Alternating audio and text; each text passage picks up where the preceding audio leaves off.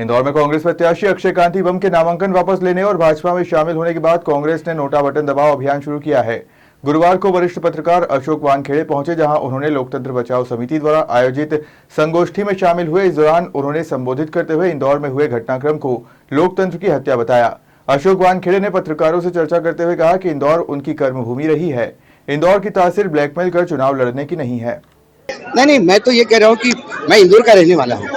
इंदौर मेरी कर्मभूमि रही है और इंदौर में जो ये हादसा हुआ, ये लोकतंत्र की हत्या में मानता हूँ। इसलिए मैं इंदौर को जगाने आया कि इंदौर की हवा ऐसी नहीं है, इंदौर की तासीर ऐसी रही नहीं है। इंदौर विभिन्न राजनीतिक दलों का गढ़ रहा है, लेकिन कभी इतने मनभेद नहीं रहे, कभी ऐसे गन पॉइंट पे एक दूसरे को नीचे दिखाना या उतारना नहीं हुआ।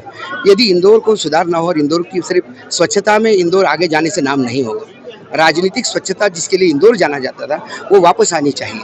इसलिए मैंने कहा कि नोटा का बटन दबाइए, आप बताइए कि हम मतदान के लिए आए, ये मत कहिए कि हमारा उम्मीदवार नहीं आया। हम निषेध की तरफ नोटा का बटन दबाइए कि जो अब मतदान में है हम उसको देना नहीं चाहते, तो हमारे पास सरकार ने एक ऑप्शन दिया है, संविधान ने एक ऑप्शन दिया है नोटा का, तो नोटा दबाइए। कई जगह नोटा दबता है, 8-8 हज़ार, 10-10 हज़ार, 12-12 हज़ार नोटा आते हैं, तो इंदौर भी एक इतिहास रचे।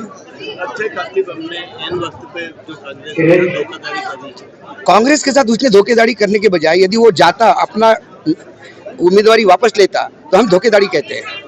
वो बीजेपी के झुंड में क्यों गया? क्या बीजेपी वाले उसको ले गए? 307 का केस कैसा लगता है? क्या उसकी बिल्डिंग गिराने की धमकी मिली थी? क्या कोई सीढ़ी की बात हो रही थी? ये तमाम चीजें हैं। यदि ब्लैकमेल करके आप ऐसा कर रहे हो तो ये इंदौर की तासीर ही नहीं है ब्लैकमेल करके चुनाव लड़ने की। आपने अपने उद्बोधन में कहा कि साइकिल पे घूमने वाले मर्सिडीज में घूमने, किस तरफ इशारा किया? किस तरफ इशारा तो सब जानते हैं।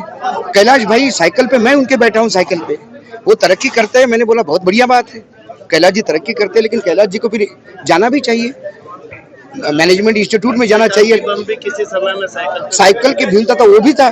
मैं हर एक को कहता हूँ तरक्की धीरूभाई अंबानी ने भी की है, वैसी तरक्की करे तो धीरूभाई अंबानी बाकायदा लेक्चर देने के लिए लोग बुलाते तो जाते थे।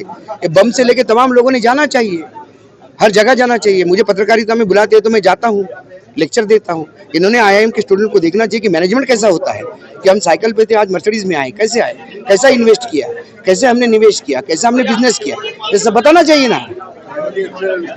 आपने श्रद्धांजलि दी, श्रद्धांजलि, लोकतंत्र की हत्या हुई इसलिए श्रद्धांजलि दी।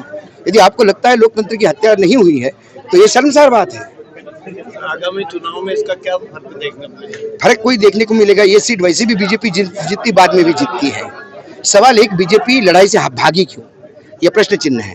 वो भागी है या 2024 में जो तानाशाही आने वाली है उसके जगह ये आने वाला है। आपका परिचय मैं अशोक वानखेड़े हूँ।